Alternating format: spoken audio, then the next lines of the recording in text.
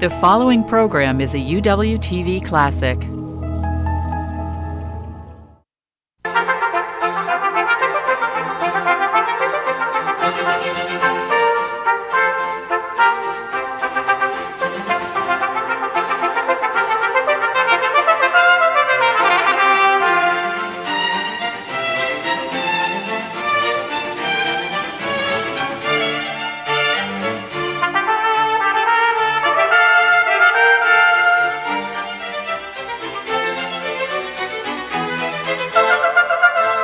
From the University of Washington in Seattle, Upon Reflection. Hello and welcome to this special edition of Upon Reflection at the 1996 Northwest Book Fest. I'm Marcia Alvar. The writing of John Edgar Wideman spans 3 decades and includes novels, criticism, short stories, and autobiography. His career has been described as a constant search for new modes of expression as he challenges both conventional perceptions about Black life and the methods for telling about it. His newest book is The Cattle Killing, his first new novel in 6 years. Welcome to Upon Reflection. Thank you. If indeed the career of the writer and your career is this constant search for new ways of expressing yourself, what's the new territory that you entered and explored in writing this new novel? Well, the new territory is the old territory revisited, and hopefully revisited with a change. I wrote about Philadelphia and the plague in Philadelphia in 1793, or rather I tried to write about it as early as 1968. I know the date because I was putting together an anthology of African American literature in the stacks of various libraries, and I found Richard Allen's narrative of the plague year. Richard Allen, who was the founder of the African Methodist Church in Philadelphia. And I tried to write a story about that plague year, and I just couldn't do it. I did it, but it wasn't a very good story. About 20 years later, I wrote Fever, which was a pretty good story, I think. And published it along with 9 other stories in a book. But I haven't been able to let the material go, so I've returned to it in The Cattle Killing. If the first one wasn't very good, the second one was better. Are you happy with this? Well, this is longer. It's longer anyway. It's a novel. I'm happy about lots of things. I'm happy that I found a form that allowed me to play with history and try out some ideas about history, and try out some techniques of writing that, for me, have been developing over the years. I felt that it gave me room to be a musician, room to create the kinds of effects that I love to hear in jazz, improvisation and spontaneity. If people have an idea of history as a linear progression of events, they will be surprised by your definition of history because, as you say in the book, it's forward to go backward, backward to go forward. There's a constant slipping of time in the way you view history. Well, it's not original with me. In the rituals and the mythology and religions of most traditional people, there is a sense of time not as linear, not as progressive, but as a great sea or ocean. And that great sea or ocean contains all the people who've ever lived on the earth, all events.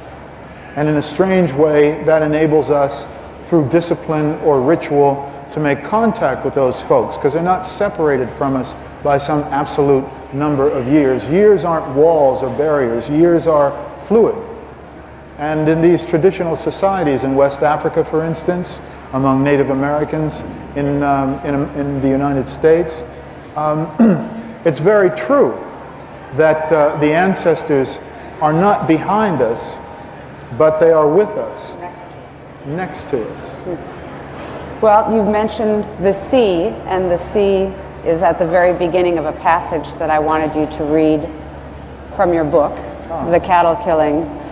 And this particular passage is the central prophecy. The title of the book is taken from this particular passage of the book.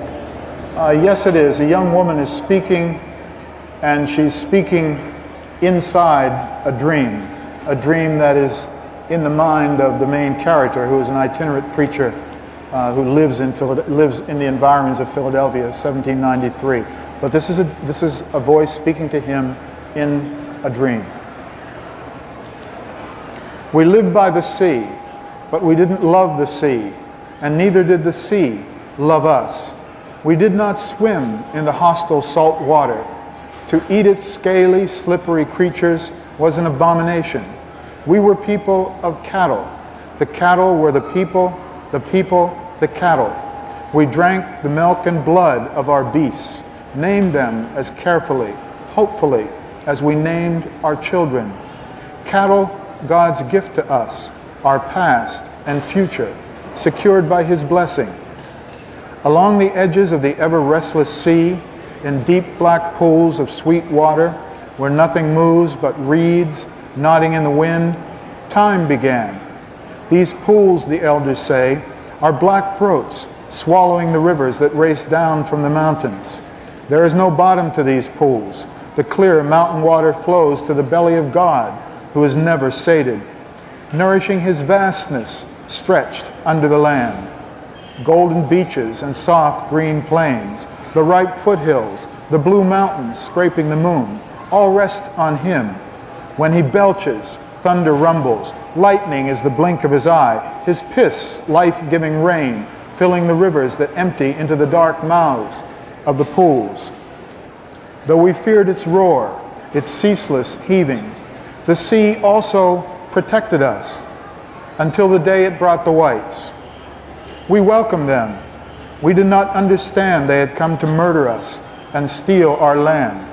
When we learned their evil plan, we fought them, but their gods were too strong.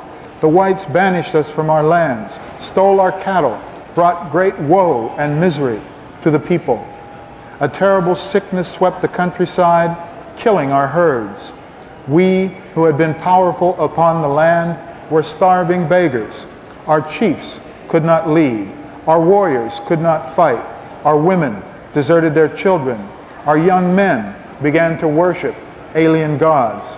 We looked to the pale people from across the sea to deliver us from the destruction they had wrought. On one of those sad days during the season of death, days of a sorrow so far beyond sorrow, we had no name for it. I was bathing with my sister in a pool at the edge of the land, one of the black pools, deep and calm as palm wine in its gourd of boulders that protects it from the sea. Weakened by hunger, we had stumbled and crawled through the thorn bushes to this place of refuge, hoping the ancient waters might soothe us, save us. The sea's roar allowed strangers to approach. We didn't hear them behind us until one spoke. My sister bolted like a wounded antelope. Splashing out of the water, she ran limping towards our village, screaming for help. I could not stir.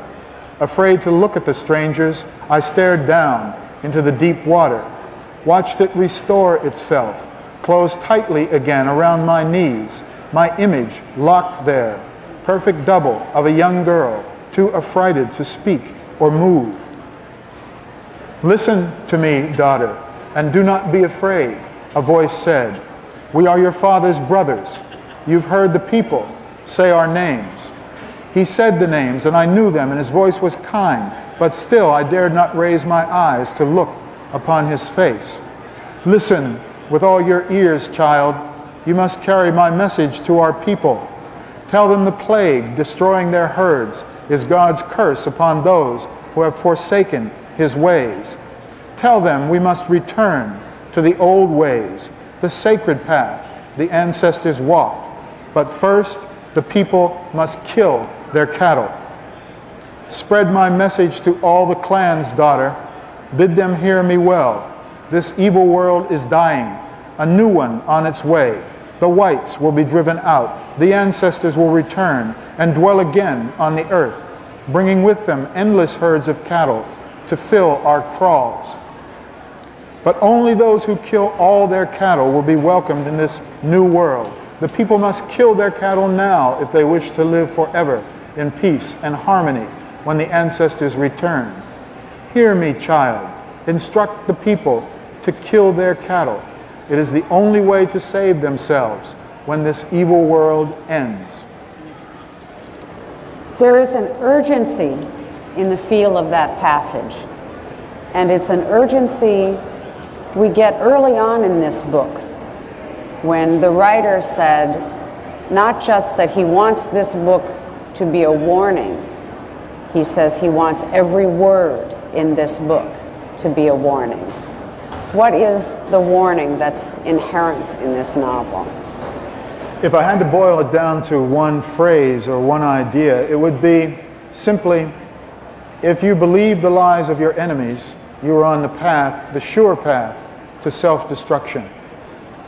If you believe the myths and the lies of your enemies, you're on the way to self-destruction.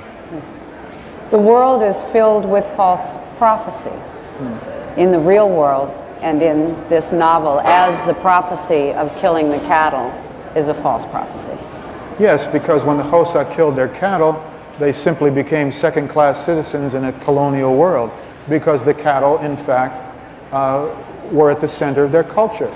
A Xhosa man had to give cattle to his bride's father to legitimize himself as a warrior and a man. The Xhosa named their cattle, and they never killed them. They simply bled them and used their milk to make some very fortified and strong and health-giving staple food. Often in this book and in other books that you've written, there are moments that are very painful to read. There's a kind of searing quality to the writing that you do. This is a conference that's dedicated to writing, to the art of writing. Is it as hard, is it as searing for you to commit the words to paper as it is sometimes for the readers to read them? Well, I think when a book works, if you feel passion in a book, it has to be a combination of what the writer brings to it and you bring to it as reader.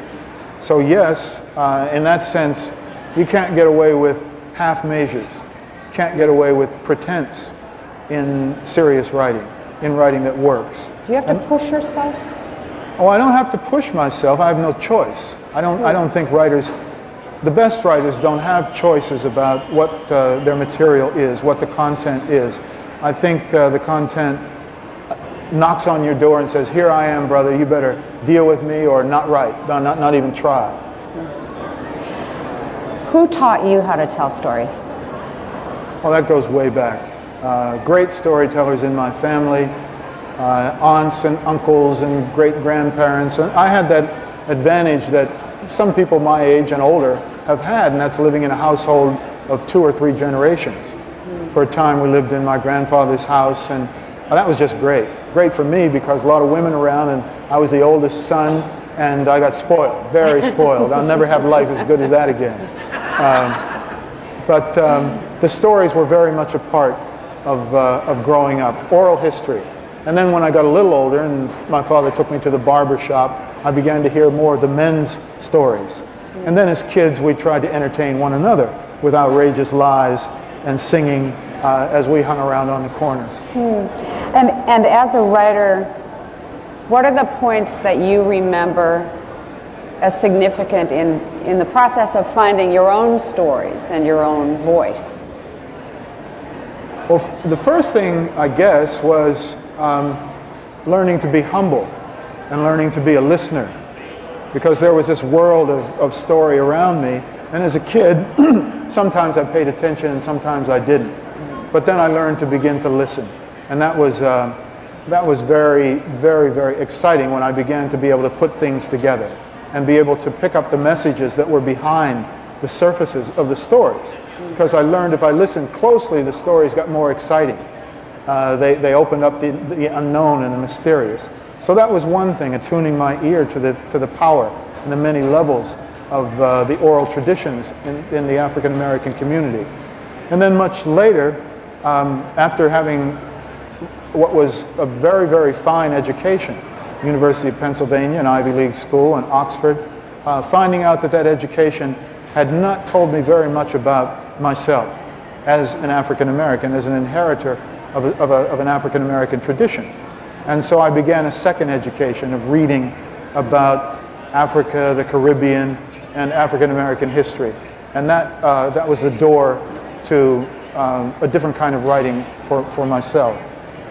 Yeah, I want to revisit some of the landmarks that you've mentioned. One of them being when you went to Europe as a Rhodes Scholar, and what that signified to you when you were going there, and what it actually meant being there and coming back. Well, when I went there, I had already made a decision that that writing was something I wanted to do. I was serious about writing, and I made the decision on that basis. And I had in my mind that if you wanted to be a writer, then you had to be like Hemingway and Fitzgerald, and you had to go and Henry Miller, etc. All males, all adventurers, all travelers. I had to go where the action was, and the action was in Europe. So I had to live down and out in Paris and Rome and bring back these gritty stories. Very romantic, very deluded, very one-sided vision of what writing might be. And it was in England that I began to refocus. And I think it was because I missed my world. I missed the music, I missed the dance, I missed the faces. And I realized that I had to find a way to get back to that stuff. It was a kind of exile, in a way. It was an exile, but exile's good in a sense, because if I wanted those things, if I wanted the world in which I grew up, I had to both preserve it in my own mind and then provide access to it through imagination, because I couldn't have it. I couldn't turn on the radio, I couldn't walk down the street, hear the voices, so I had to create them in my mind. So it was a very active exile. All of the writers that you mentioned, not only men, they were all white. Yes.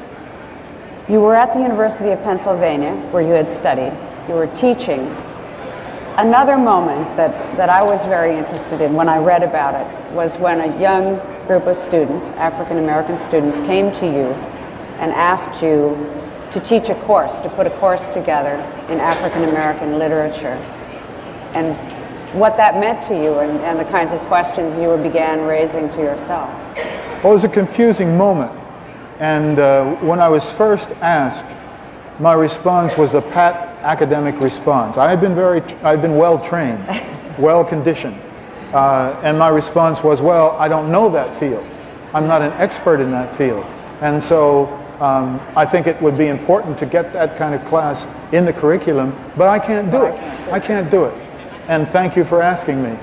And not exactly showing them the door, but shaking their hands and saying it's a good idea and I hope you find someone. And then as soon as they were outside the door, it hit me. They weren't asking me to be an expert. They weren't asking me to bring some sort of credentials into this. There were no other black faculty members in this whole university, in the School of Liberal Arts. I was the only one. And they were coming to me for so many different kinds of reasons. And I was so involved in myself and in certain kinds of role playing that I didn't give the immediate spontaneous response and say, hey, let's do this thing. It needs to be done. Let's do it together. And I felt very ashamed after that moment. And it was then that I decided that I would both teach myself the material they wanted. And yes, darn it, I was going to do that class. And I subsequently got in touch with the students, and some were members of that first class I taught in Afro-American Lit at Penn. And even another step, I helped originate a program in African-American Studies at Penn, which involved recruiting students, faculty, and teaching classes. One of the reasons that episode interested me so much was that I suppose you could make an assumption that you modeled your writing after African American writers, that you had been steeped in Baldwin or Wright. That was not the case. And the second education that you talked about a few minutes ago was where you really began digging into that body of work. Yes, in the sense of a literate tradition. As I said, I had that tradition inside of me. I just had to learn how to find it, how to use it. It was there because I had the voices. But even now, I think I have the advantage of all that good education in the sense that I did my homework. I'm a fan of Faulkner, of Joyce, of Virginia Woolf. And those writers still continue to excite me, and I read widely in literatures from all over the world as often and as much as I can. Writers have to read, I think. You see these worlds as you blend them together, you mix them together, they inform each other.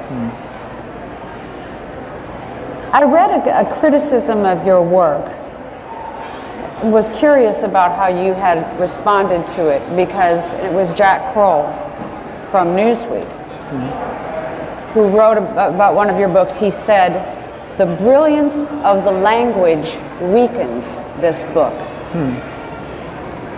The brilliance of the language, and his exact words were, bleaches out the meaning of the story he's trying to tell. And there is sometimes this great conflict. Can these two worlds exist together? Is there a metaphor that links them, or are they forever, as they were in the eyes of this critic, somehow separate? Well, I find it unfortunate that often critics bring an apartheid mentality into their criticism. Their racial politics bleed and bleach their writing. I'm not speaking particularly of Mr. Kroll. I don't remember that specific article, but the one kind of criticism that really bugs me is the kind that is in fact thinly disguised racial politics. And the point being that they don't like mine, and I should be doing something else which would more or less agree with theirs. And I try to dismiss that kind of approach in the critics, but it's also very bothersome because it's a tradition in the criticism of African American art in general. Because I don't think that I work necessarily in separate worlds. When I'm listening, even when I was listening to my grandfather or my Aunt May tell a story 45 years ago, they were also Americans. They were Americans who were influenced by what they heard on the radio, the popular music. My grandfather was a paper hanger, and he worked with Italian men all day long, and I'm sure he heard them singing Italian songs, and there were plenty of Italians in Homewood who didn't speak English very much. They spoke all Italian at home, and he was around these guys. And so they shared their heritage, they shared their stories, they laughed together. So in my grandfather's story, I'm sure there was a little, hey, campagna. So, you know, that's been part of it always. In fact, America doesn't exist as a sort of zebra with these distinct black stripes, white stripes, etc., etc. It's all out there. It's all part of all of us. It's our apartheid mentality, which suggests that we always have to separate things, divide things. Why is there such a reluctance to recognize the informing that happens all the time, as you just described? Why is there reluctance? Because some people have profited from the divide and conquer mentality. Some people have a very large stake in it. And that stake has never, people don't like that stake to be challenged. And I think it's self-interest. I don't know of any group of people in the world who have, through history or through cunning or warfare or whatever, gained a distinct advantage over another people and then voluntarily, on principle, given it up. Now you might say South Africa is an example, but Nelson Mandela would tell you that the reason he came out of prison was not through the largesse of Mr. de Klerk. That was a necessary factor, but it was the movement in the street. It was the young people in the streets who were not going to let him stay in prison any longer. They're going to tear that country apart. And that's why he came out. So it's that people have a stake in keeping others under their boot. It reminds me of something your daughter, Jamila, wrote when she was, I think, a junior in high school. Following the Los Angeles riot, she said, I am lost in the dark, unseen until the fires are lighted. She's a very smart young woman, very sensitive young woman. We have just a couple of minutes left. When somebody asked me about why I was interested in interviewing you, one of the many reasons was a kind of breathtaking vulnerability that I find in your work, a willingness to talk about things that have happened in your life that are very terrible. The loss of a brother, the loss of a son. And it doubly surprising when I read, you said when you were learning storytelling, that one of the things you learned was that to tell everything was to get you in trouble. Absolutely. And yet, you do tell everything. And, well, it's, you don't tell everything. You tell a lot. A lot more than a lot of people would. But who else in the culture is so adept and spends as much time as to represent a self for the public to consume as an artist? I think writing is always as much about concealing as it is about revealing. I may tell you about losing my best friend because I don't want to tell you about losing something else. And all you know, if I write that effectively, is, well, this man was hurt by losing his best friend. But you don't know about the other business. And also, you won't bug me about the other business because I have you over here dealing with this stuff. So people forget that. And they make the confusion that because a certain kind of persona appears in the writing, that is the whole bit. And I'm complimented by that. I feel complimented that I've made a real person for the reader. But I play deep third base. Don't give a lot. I give away what I choose to give away. On the other hand, when you write well, your subject matter, as I said, chooses you. I was just going to bring that back again, saying sometimes you just don't have any choice about what you keep your own and what you share. It's not sleight of hand always. John Edgar Wideman, we're out of time, and I hope you come back again. And I want to thank you so much. Your new book, The Cattle Killing. Thank you again. My pleasure. To see more UWTV classics, visit uwtv.org/classics.